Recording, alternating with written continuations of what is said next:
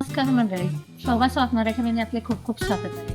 चला तर मंडळी, आज आपण बनवणार आहोत साबुदाण्याची खिचडी. साबुदाण्याची खिचडी म्हणजे असं चिकट न होणारी किंवा कडक न लागणारी एकदम छानपैकी अशी लुसलुशीत खिचडी. चला तर मंडळी, अशी मोकळी मोकळी खिचडी बघूया आपण. हे साबुदाणे मी 5 तास भिजत घातलेले. हे पाहिजे या पद्धतीने असे साबुदाणे भिजले पाहिजे मंडळी, म्हणजे साबुदाण्याची खिचडी कशी मोकळी होते, अशी लुसलुशीत. आणि आपल्याला खिचडीसाठी 4-5 मिरच्या घेतलेल्या, हिरव्या मिरच्या. मी तेल, मीठ. मी उपवासाला सुद्धा हेच मीठ वापरते. आणि हे बटाटे मी उकडून घेतलेले, मीठ टाकून उकडून घेतलेले बटाटे, म्हणजे खिचडीमध्ये चव लागते. शेंगदाणे घेतले, थोडीशी साखर घेतली, म्हणजे साखर टाकली खिचडीची चव चांगली लागते. तर आता मंडळी, आपण सर्वात प्रथम शेंगदाणे छान असे खरपूस भाजून घेऊ. आणि असे खरपूस भाजले ना, आता म्हणजे खिचडीला कशी अशी एकदम चव छान लागते. अशा पद्धतीने आपण शेंगदाणे भाजून घेणार आहोत मंडळी. तर ही खिचडी अजिबात चिकट नाही होणार किंवा असं कडक नाही लागणार, एकदम लुसलुशीत खिचडी आपण करणार आहोत. तर मंडळी, हा व्हिडिओ शेवटपर्यंत बघा. हे पहा, अशा पद्धतीने मी छान शेंगदाणे भाजून घेतलेले. आता हे शेंगदाणे आपण थंड होईपर्यंत आपण बटाटे, उकडलेले बटाटे सोलून घ्यायचे. आता मी हे बटाटे याच पद्धतीने सर्व बटाटे सोलून घेणार आहे. बटाटे सोलून झाले का असे मस्त फोडी करून घ्यायच्या. तर मंडळी, आपण साबुदाण्याची खिचडी करतो ना, त्यावेळेस ना भिजत घालतो ना, त्यावेळेस जास्त पाणी साबुदाण्यामध्ये ठेवायचं नाही.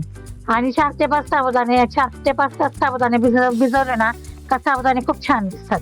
पहा बरं किती छान पद्धतीने मी फोडे करून घेतलाय, म्हणजे खिचडीची चव अप्रतिम लागते. तर आता आपण मी मिरच्या अशा मोठ्या कट करून घेते. माझ्या घरात लहान मुलं आहे, तुम्हाला पाहिजे असेल तर छोट्या छोट्या मिरच्या कट करून घेऊ शकतात तुम्ही. कारण लहान मुलांना कसं असं दाताखाली आल्या किंवा लहान असो मोठे असो, मग ते तिखट लागतं, त्याच्यामुळे मी मोठ्या करून घेते. आता शेंगदाण्याची साल मी काढलेली नाहीये, का तर शेंगदाण्याची साल टाकले ना खिचडीला, अशा खिचडी चिकट होत नाही. मी असं ओबडधोबड शेंगदाणे वाटून घेतलेले, म्हणजे एकदम बारीक पण नाही आणि जाड पण नाही. तर आता आपण थोडंसं तेल टाकून असे मस्त पॅकेट मिरच्या टाकून घेऊ. अशा मिरच्या छान परतून घ्यायच्या, म्हणजे असे मिरचीला थोडेसे डाग पडोपर्यंत अशा मिरच्या परतून घेणार आहोत आपण. पहा बरं, आता मिरच्या परतोपर्यंत आपण साबुदाणे आणि शेंगदाणे खालीच मिक्स करून घेतले, एकजीव करून घेतले. कारण आपण नुसते साबुदाणे जर टाकले ना तर ते कढईला चिकटतात आणि मग खिचडीचं म्हणजे चवच बदलून जाते. तर आता मी एकत्र केलेलं सर्व मिश्रण त्याच्यामध्ये टाकलेले बघा तेलामध्ये. असं छान पद्धतीने आपण आता कढईमध्ये एकजीव करून घेणार आहोत.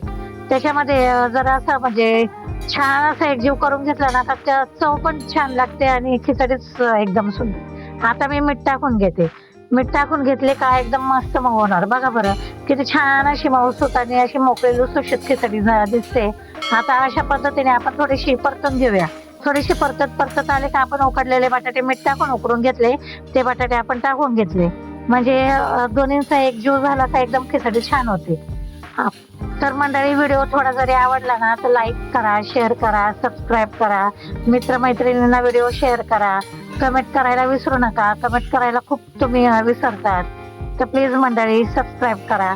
पहा बरं, आता आपण थोडीशी साखर टाकून घेतली, म्हणजे कसं एकदम अशी चव वेगळी लागते खिचडीला आणि पचनाचा पण त्रास होत नाही साखर टाकल्यामुळे. त्यामुळे आपण साखर टाकून घेतो खिचडीला.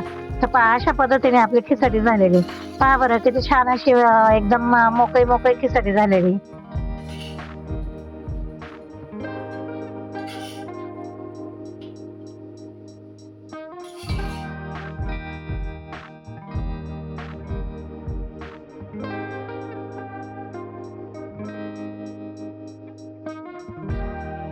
पहा बरं मंडळी, किती छान आपली साबुदाण्याची खिचडी झाली.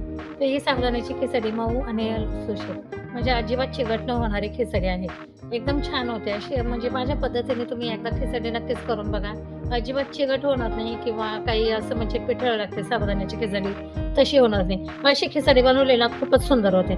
तर मंडळी, माझ्या पद्धतीने तुम्ही नक्कीच एकदा ही रेसिपी ट्राय करा आणि कमेंटमध्ये मला नक्की सांगा का कशी खिचडी झाली तुमची, मऊ लुसलुशीत आणि मोकळी मोकळी.